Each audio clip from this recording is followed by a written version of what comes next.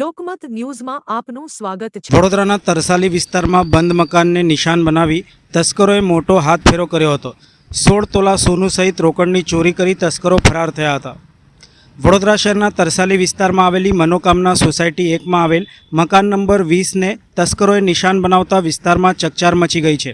પરિવાર મહારાષ્ટ્ર બહારગામ ગયો હતો ત્યારે બંધ મકાનમાં તસ્કરો ત્રાટક્યા હતા અને ઘરના નકુચા તોડી અંદર પ્રવેશ કર્યો હતો।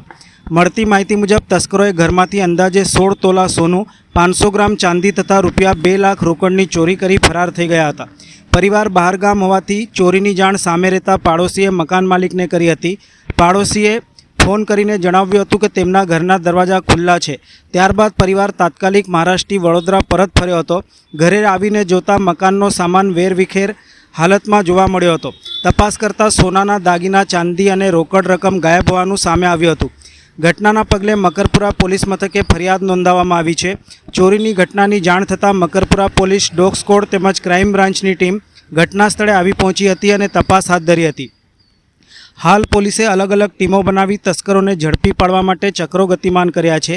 તરસાલી વિસ્તારમાં આટલી મોટી ચોરીની ઘટનાના પગલે આસપાસની સોસાયટીઓમાં રહીશોમાં ભયનો માહોલ જોવા મળી રહ્યો હતો। અમે તરસાલી વિસ્તારમાં રહીએ છીએ। મનોકામના સોસાયટીમાં અમારા ઘરે ચોરી થયેલ છે। અમે મહારાષ્ટ્ર ગયા હતા એક ફેમિલી ફંક્શન એટેન્ડ કરવા માટે। અમને અમારા ઘરની સામે રહેતા સોસાયટીના સભ્યએ અમને કોલ કરીને જાણ કરી હતી। અમારે આજના વેલ્યુ પ્રમાણે 30 થી 35 લાખની ચોરી થયેલ છે। સોનાની અમારે 15 થી 16 તોલું સોનું હતું, 500 ગ્રામ ચાંદી હતી અને 2 લાખ રૂપિયા રોકડ રકમ હતી। હા, આ મામલે પોલીસને જાણ અમે કરી છે। હા, પોલીસ જે તે સમયે આવી હતી। પોલીસ આવ્યા હતા, પછી ટી સ્ટાફના લોકો આવ્યા હતા, પછી આજે સવારે ડોગ સ્ક્વોડના પણ ચેકિંગ કરીને ગયા છે।